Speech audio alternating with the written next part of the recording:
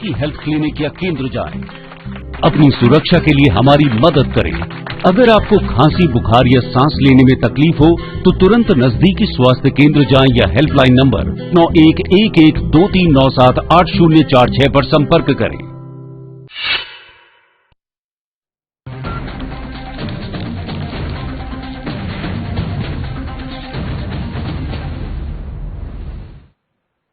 नमस्कार, मैं आपके साथ के राणा। स्वागत है आप सभी का बिहार बुलेटिन में।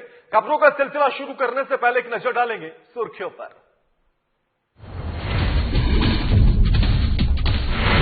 बिहार में लगातार बढ़ रही कोरोना मरीजों की संख्या पिछले 15 दिनों से लगभग 25,000 पहुंची संख्या। बिहार में अब तक कोरोना के 177 लोगों की हो चुकी है मौत। संजय सिंह ने संभाला लखीसराय डीएम का पदभार। लखीसराय के 35वें डीएम के रूप में ग्रहण किया पदभार। 2007 बैच के अधिकारी हैं संजय सिंह। मधेपुर में स्वास्थ्य विभाग की दिखी लापरवाही। इलाज के लिए घंटों तड़पता रहा कोरोना से पीड़ित मरीज। मीडिया की दखलअंदाजी के बाद धक्का मार एम्बुलेंस से भेजा गया अस्पताल। सहरसा सदर अस्पताल परिसर तालाब में हुआ तब्दील। कीचड़ और जलजमाव से सदर अस्पताल की स्थिति हुई बेहद खराब। परिजनों को करना पड़ रहा है दिक्कतों का सामना।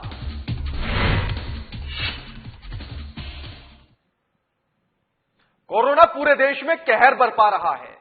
इस वायरस के चलते बिहार की दशा बुरी हो चुकी है। यहां पर संक्रमित मरीजों का आंकड़ा अब लगभग 25,000 के पार पहुंच चुका है। यहां पर स्वास्थ्य सुविधाओं का हाल तो बहुत ही खराब है।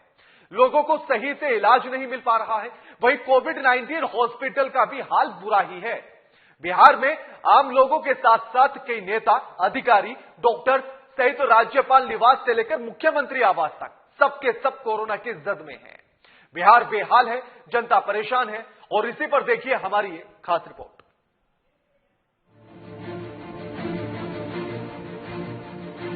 भगवान बुद्ध ने कहा था कि बिहार आग, पानी और महामारी का दंश झेलता रहे। हर एक साल बाढ़ की तबाही बुद्ध के उस कथन को सही साबित करती है। तो अब कोरोना महामारी बन के कहर बरपा रहा है। कोरोना वायरस का संक्रमण बिहार में दूसरे चरण में है। महज 15 दिनों में कोरोना वायरस से संक्रमित मरीजों की संख्या 25,000 के पार पहुंच चुकी है।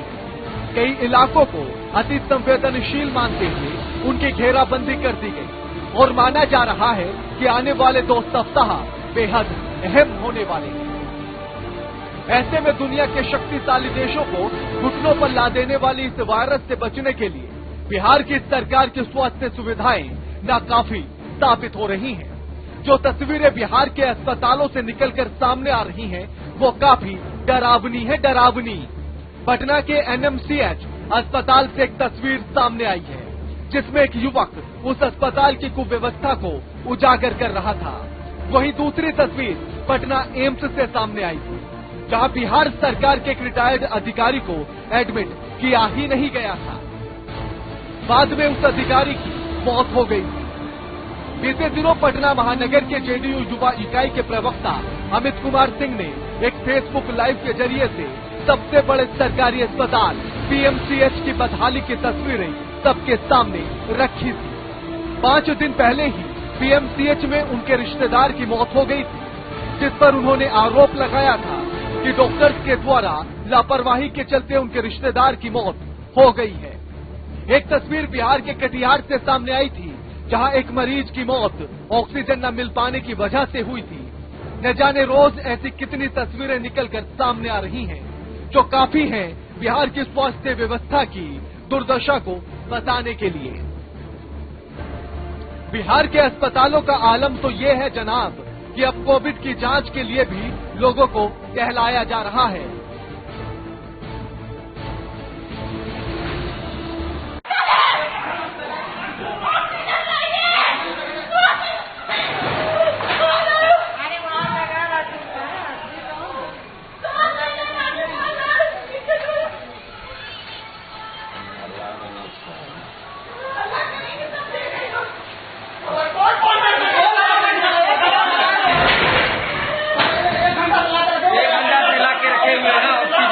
कुछ नहीं है, पता नहीं है, कुछ नहीं है, अच्छा नहीं है।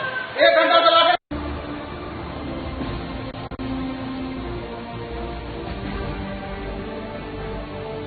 अब तक बिहार में कोरोना से 177 लोगों की मौत हो चुकी है, जिसमें 2 डॉक्टर्स ने इलाज के दौरान अपनी जान गंवाई है।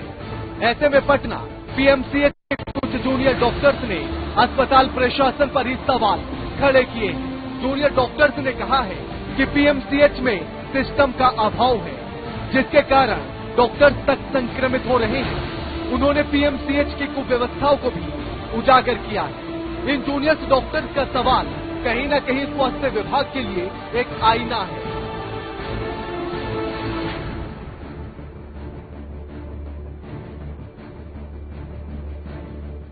करने के लिए जो कार्य प्रणाली होता है, जो भी आइसोलेशन वार्ड होता है कोविड पॉजिटिव पेशेंट का या आइसोलेशन वार्ड जो होता है, वहाँ पर डॉक्टर्स का कैसे ड्यूटी लगना चाहिए ड्यूरिंग दैट पीरियड, और डॉक्टर्स कहाँ पे रहेंगे और किस तरह से इलाज किया जाएगा।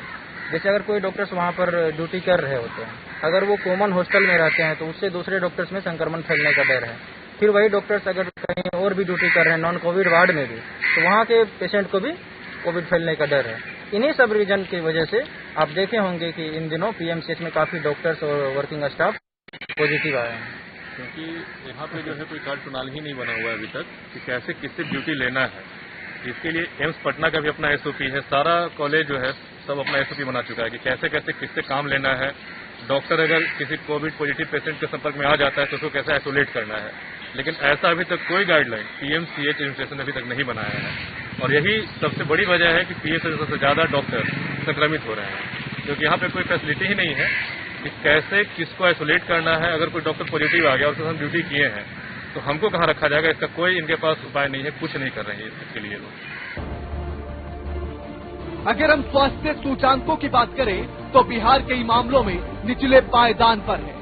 यहाँ डॉक्टर और मरीजों का अनुपात दयनीय है। WHO का कहना है कि 1000 मरीजों पर एक डॉक्टर होना चाहिए।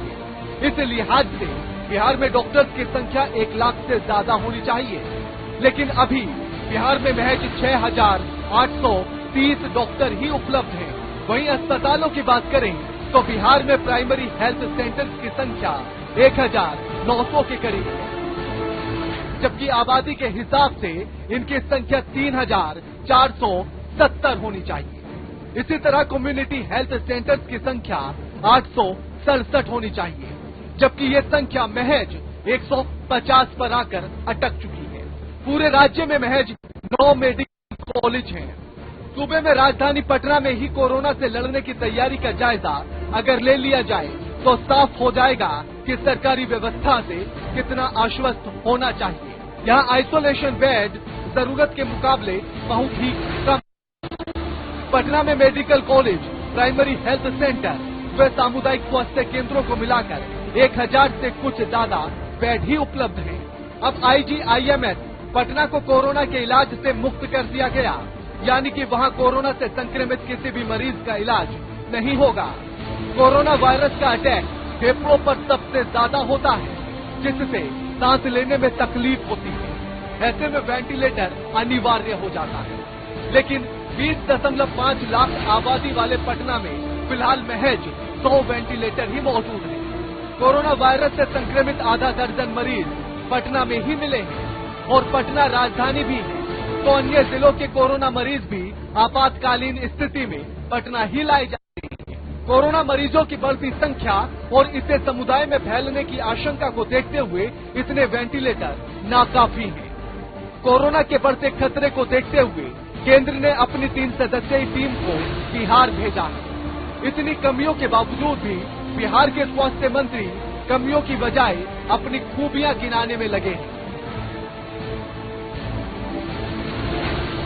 भयावह शब्द उपयोग करना शायद उचित नहीं होगा, क्योंकि हम बिहार की जनसंख्या के अनुपात में देश के दूसरे राज्यों को देखेंगे तो पता लगेगा कि हमारे यहाँ जो पॉजिटिव केसेज हैं वो देश के कई राज्यों की जनसंख्या के अनुपात के हिसाब से बहुत नियंत्रित है। आप इस देश के अंदर का महाराष्ट्र को उठा के देख लीजिए, राजस्थान को उठा के देखिए, निश्चित रूप से जो हमारी केंद्र की स्वास्थ्य व्यवस्थाएं हैं और जो केंद्रीय स्वास्थ्य मंत्रालय उसकी नजर देश के सभी राज्यों पे रहती है। और पिछले कुछ दिनों में बिहार में जो पॉजिटिव केसेज हैं उनकी संख्या बढ़ी है। तो मुझे लगता है कि इसी सब संदर्भ में जानकारी लेने भी आ रहे होंगे और जो दूसरे राज्यों का अनुभव उन लोगों के पास होगा उन अनुभवों को भी हम लोगों के साथ शेयर करेंगे, तो आगे जो काम हमको करने हैं उसमें सुविधा भी मिलेगी। एक और जहां बिहार के लोग इस रोग से बचने का संघर्ष कर रहे हैं, वहीं ये राजनेता सत्ता के नशे में इतने मगरूर हो चुके हैं कि उन्हें लोगों की बेचैनी और तड़प से कोई मतलब रहा ही नहीं। उन्हें मतलब है तो सिर्फ सत्ता से, उन्हें प्यार है तो सिर्फ सत्ता से, लेकिन होता वही है जो ऊपर वाले की ऐसी होगी। अब देखना यह होगा कि इस महामारी कोरोना से बिहार की जनता को भगवान ही बचा पाती है या फिर सरकार। साधना न्यूज के लिए पटना से अभिषेक की रिपोर्ट। वक्त एक छोटे से ब्रेक का हो चला है, ब्रेक के बाद जल्द हाजिर होते हैं।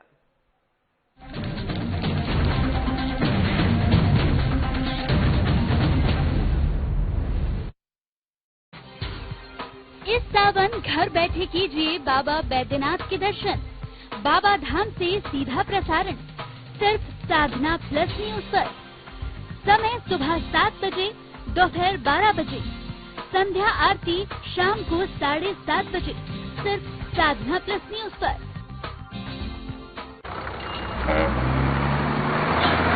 एक सर्किट हाउस।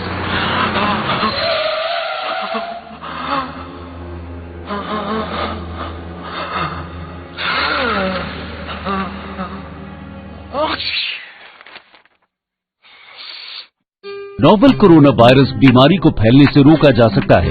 खांसते और छींकते वक्त अपने मुंह पर रुमाल और टिश्यू रखकर इसे फैलने से रोक सकते हैं। अपनी सुरक्षा के लिए हमारी मदद करें। अगर आपको खांसी, बुखार या सांस लेने में तकलीफ हो तो तुरंत नजदीकी स्वास्थ्य केंद्र जाएं या हेल्पलाइन नंबर 911123978046 पर संपर्क करें।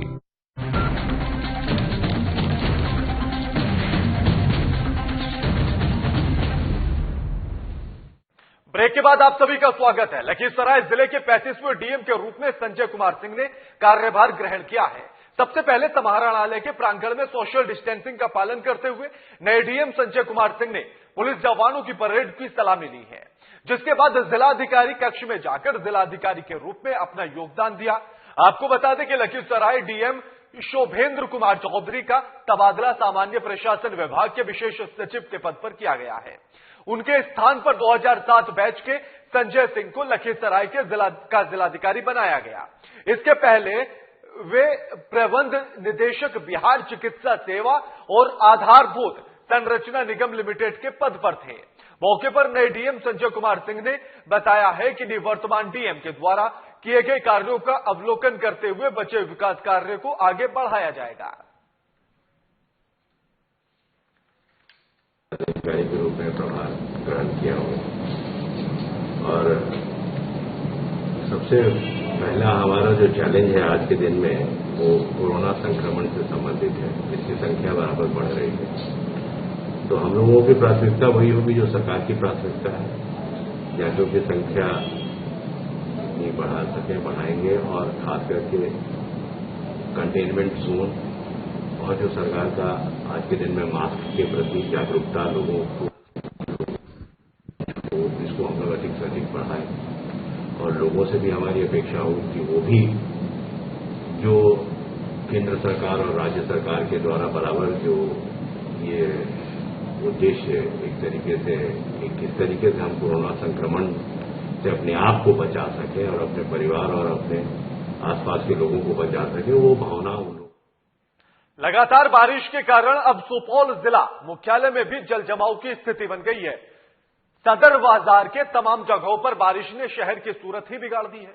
पुलिस लाइन, प्रखंड कार्यालय, समाहरणालय सहित बाजार में पानी का समुचित निकासी नहीं होने के कारण बारिश का पानी जमा हो गया है, जिसका आरोप लोग नगर परिषद पर लगा रहे हैं।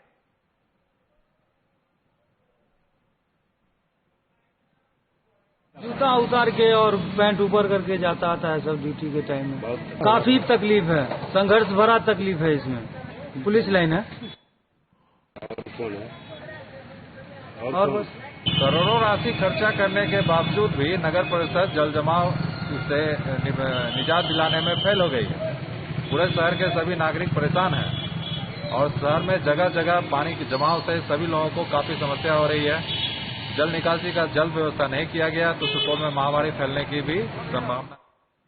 लगातार हो रही बारिश के कारण कोसी इलाके का पीएमसीएच कहे जाने वाले सहरसा सदर अस्पताल परिसर तालाब में अब तब्दील हो चुका है। जगह जगह कीचड़ और जलजमाव से सदर अस्पताल की स्थिति काफी खराब हो चुकी है और यहां आने जाने वाले मरीजों और उनके परिजनों को घुटने भर पानी और कीचड़ से होकर गुजरना पड़ता है। अस्पताल में जलजमाव से कई तरह के संक्रमण के बढ़ने का खतरा अब मंडराने लगा है। अस्पताल प्रशासन हर बार जल निकासी का दावा तो करता है, लेकिन वो दावे इन तस्वीरों में नजर नहीं आते हैं। यहां आने वाले मरीज और उनके परिजनों को काफी दिक्कतों का सामना करना पड़ता है। अस्पताल में काफी पानी लगी हुई है। हम पेशेंट लेके आए हैं। यहाँ काफी दिक्कतों का सामना करना पड़ रहा है। यहाँ हर एक जगह कीचड़ ही कीचड़, नई मिट्टी है उसको भी सही नहीं किया गया। यहाँ देखिए हर एक तरफ पानी लगा हुआ है। हम लोग बहुत परेशानी हो रही है। जहाँ भी जा रहे हैं वहाँ मिट्टी भी डाला है, मिट्टी में फिसल रहे हैं। बहुत हम लोगों को दिक्कत हो रही है। हम अस्पताल पेशेंट को लेकर गए। दिक्कतें हो रही है, बहुत दिक्कत हो रही है। कैसी दिक्कतें हो रही है? यहाँ फिसल के गिर रहे हैं, जाने आने में भी बहुत दिक्कत हो रही है। क्या लगी हुई है जी? पानी लगी बहुत। वक्त एक छोटे से ब्रेक का, जल्द हाजिर होते हैं।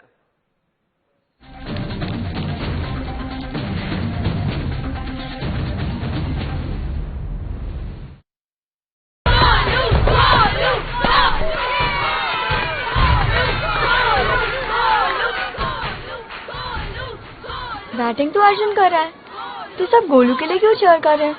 वो तो घर पर बैठा है। अरे तुम्हें नहीं पता, वो इसलिए नहीं आया ताकि हमें इन्फेक्शन ना हो। नोवल कोरोना वायरस बीमारी को फैलने से रोका जा सकता है। बुखार के साथ खांसी और छींक होने पर सार्वजनिक जगहों से दूर रहकर इसे फैलने से रोक सकते हैं। अपनी सुरक्षा के लिए हमारी मदद करें। अगर आपको खांसी, बुखार या सांस लेने में तकलीफ हो तो तुरंत नजदीकी स्वास्थ्य केंद्र जाएं या हेल्पलाइन नंबर 911123978046 पर संपर्क करें। इस सावन घर बैठे कीजिए बाबा बैद्यनाथ के दर्शन। बाबा धाम से सीधा प्रसारण सिर्फ साधना प्लस न्यूज पर। समय सुबह 7 बजे, दोपहर 12 बजे, संध्या आरती शाम को 7:30 बजे, सिर्फ साधना प्लस न्यूज पर।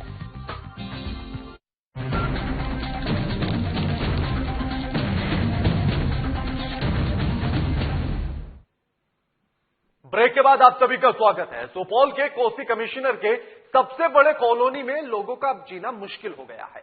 वीरपुर के कोसी कॉलोनी के कई घरों में बरसात का पानी घुस चुका है, जिसका आरोप स्थानीय लोग वीरपुर नगर पंचायत की कार्यशैली पर लगा रहे हैं।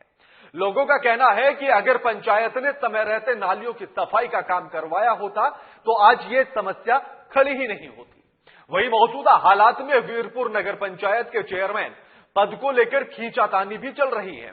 वीरपुर नगर पंचायत के मुख्य पार्षद ने जहां बीमारी का बहाना लेकर छुट्टी ले रखी है, वहीं दूसरी तरफ सारे वार्ड पार्षद मुख्य पार्षद की जोड़ तोड़ की लड़ाई में भी अधिक ध्यान लगाए हुए हैं और इसका खामियाजा कहीं न कहीं वीरपुर नगर पंचायत क्षेत्र की जनता को झेलना पड़ रहा है। इसी कड़ी में कोसी कॉलोनी के रहने वाले अनारसे राउत और नगर पंचायत वीरपुर के कार्यपालक पदाधिकारी सुशील कुमार ने बातचीत की है हमारे सुपौल संवाददाता ओपी राजू से। हमारे पीछे आप देख सकते हैं सुपौल जिले के कोसी कॉलोनी के लोग यहाँ एकत्रित हैं और पता चला कि इनके एक एक घरों में बरसात का पानी घुस चुका है। नगर पंचायत वीरपुर जहां इस मामले में बिल्कुल फेल्योर नजर आ रहा है, वहीं कोसी प्रोजेक्ट के द्वारा भी पूर्व में नालों की किसी तरह की सफाई नहीं की गई है और यही कारण है कि जल जमाव के कारण एक एक निवासी यहाँ के परेशान दिख रहे हैं। आप बताएं, यहाँ आप क्यों खड़े हैं, क्या समस्या है? समस्या यह है कि कॉलोनी के अंदर आंगन में घर के अंदर पानी जमा हुआ है और प्रशासन या शासन या विधि व्यवस्थापक जो भी हैं किसी तरह का ध्यान नहीं दे रहे हैं, यही हमारा कहना है। साथ में जो भी काम यहाँ होना चाहिए पूर्व में, वह काम पूर्व में न करके अभी हाथ लगाया है, वो भी कहीं से काम हो रहा है, कहीं पर काम अधूरा छोड़े हुए है। एक कहावत है कि शादी के समय में कुम्हड़ा रोपना। और यही हकीकत है बीरपुर नगर पंचायत की। जब बारिश के दिनों में नाले जाम हो रहे हैं, घरों में पानी घुस रहे हैं, तब सरकारी जेसीबी मशीन लेकर नाले की सफाई की कार्रवाई शुरू की गई है। और हमारे साथ हैं बीरपुर नगर पंचायत के कार्यपालक पदाधिकारी सुशील कुमार, और मैं इनसे जानना चाहता हूं कि जब पूरे कॉलोनी में जल जमाव की समस्या खड़ी हुई है, उसके बाद सरकारी जो है जेसीबी मशीन से काम करवाने की कवायद शुरू की गई है। जी हाँ सर, पूरा कॉलोनी डूब रहा है और आपका जेसीबी मशीन आज से काम करना शुरू की है, तो यह काम पहले हो जाना चाहिए था। पहले करवाने में समस्याएं क्या थी? प्रीवियस साल में जो है बारिश कम हुई थी, इस बार अधिक बारिश होने के चलते जो है काफी पानी जो है आ गया है, और जहाँ धार सबका भी पोजीशन जो है उसमें भी पानी बहुत ज्यादा है। तो पानी जो है जितना पॉइंट है सब जगह से पानी निकल रहा है, और जहाँ जहाँ थोड़ा रुकावट है उस समस्या को दूर करने के लिए जेसीबी मशीन और सफाई कर्मी को भी लगाया गया है, और यह समस्या हमको लगता है बहुत जल्दी ही समाप्त हो जाएगा। जरूरत पड़ने पर कुछ जगह पर मशीन भी लगाई गई है पानी निकाल। आम लोगों की शिकायत यह है कि चूंकि मई और जून के महीने में आपका जेसीबी मशीन नाले की सफाई के लिए एक दिन भी काम में नहीं लगा, इसलिए यह समस्या खड़ी हुई है कि कोसी कॉलोनी की एक एक क्वार्टर में पानी घुसा हुआ है। चूंकि पूर्व में काम हो गया होता तो शायद यह समस्या नहीं होती। यह आम लोगों की शिकायत है। यह आम लोगों की शिकायत हो सकती है, लेकिन हमारे यहाँ नियमित रूप से सफाई का काम हुआ है। लगभग 3 चरणों में सफाई की जा चुकी है। उसके बाद भी जहाँ जहाँ जेसीबी का काम हुआ वहाँ जेसीबी से भी सफाई की गई है।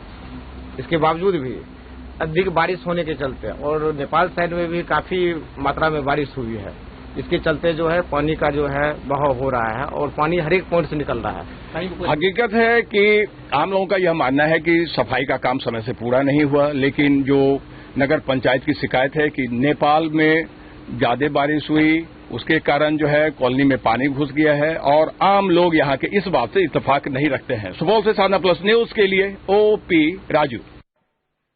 समस्तीपुर जिले में भारी बारिश के कारण नदियों के जलस्तर में तेजी से वृद्धि हो रही है। बाढ़ के संभावित खतरे को देखते हुए जिला प्रशासन ने तैयारी पूरी कर ली है। जिले के 4 प्रखंड के 1 दर्जन से अधिक पंचायत बाढ़ से प्रभावित हैं। इन पंचायतों में सामुदायिक किचन, मानव शरण स्थली, पशु शरण स्थली, गांव सामुदायिक किचन और स्वास्थ्य शिविर की व्यवस्था की गई है। अपर समाहर्ता विनय कुमार राय ने प्रेस वार्ता के दौरान बताया है कि संभावित खतरे को देखते हुए जिले में एसडीआरएफ की एक कंपनी को तैनात किया गया। वहीं नाव और मोटर बोट की समुचित व्यवस्था भी की गई है।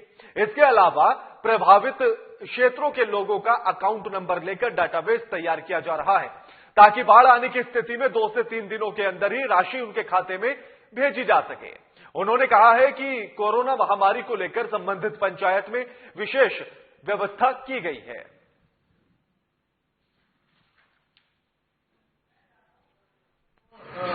इंस्टीट्यूशनल आइसोलेशन के साथ साथ होम आइसोलेशन की भी व्यवस्था हम लोगों ने कर दी है डॉक्टर के साथ में। इनके यहाँ ये है सुविधा, तो वो होम आइसोलेशन में भी रह सकते हैं, और उन लोगों का घर पे ही स्वास्थ्य जांच करने का ऑप्शन है। घर पे स्वास्थ्य जांच करेंगे, और यदि किसी को कोई कॉम्प्लिकेशन आता है तो इमीडिएटली उनको जिला अस्पताल या फिर DMCH में रेफर करना है।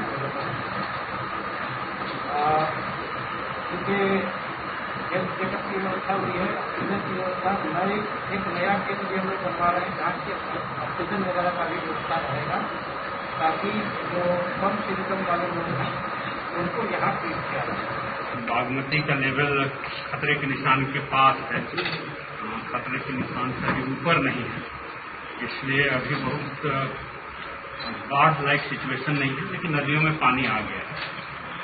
जो 2 लेवल के जो खेत वगैरह है उसमें पानी है, लेकिन अभी तक आबादी निष्क्रमण का कोई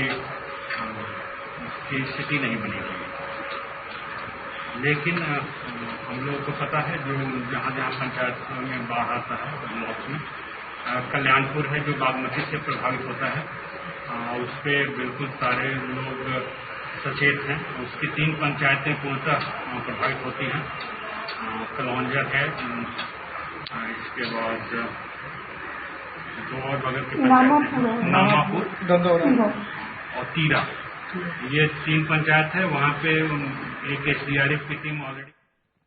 कटिहार में बढ़ते संक्रमितों की संख्या को देखते हुए कटिहार मंडल रेलवे ने आइसोलेशन की सुविधा को लैस 20 कोच को कटिहार रेलवे स्टेशन पर खड़ा कर दिया और इसकी जिम्मेदारी कटिहार जिला प्रशासन को सौंप दी गई। इस 20 कोच की ट्रेन में 16 कोच को आइसोलेशन बनाया गया है और इसके अतिरिक्त 4 वातानुकूलित कोच भी बनाए गए हैं, जिसमें डॉक्टर, नर्स के अलावा इलाज की वस्तु और सामानों को रखा जाएगा। इस आइसोलेशन कोच में मरीजों के इलाज को लेकर हर तरह की सुविधा मुहैया कराई जाएगी। आइसोलेशन कोच में करीब 256 मरीजों के रहने की व्यवस्था की गई है। सभी आइसोलेशन कोच ऑक्सीजन, डस्टबिन, स्वच्छ बाथरूम समेत कीड़े और चूहों से बचाव को लेकर भी हर तरह के संसाधनों से लैस किया गया है। भारतीय रेल द्वारा कटिहार में 16 कोचेज आइसोलेशन सेंटर्स के रूप में उपलब्ध कराए गए हैं।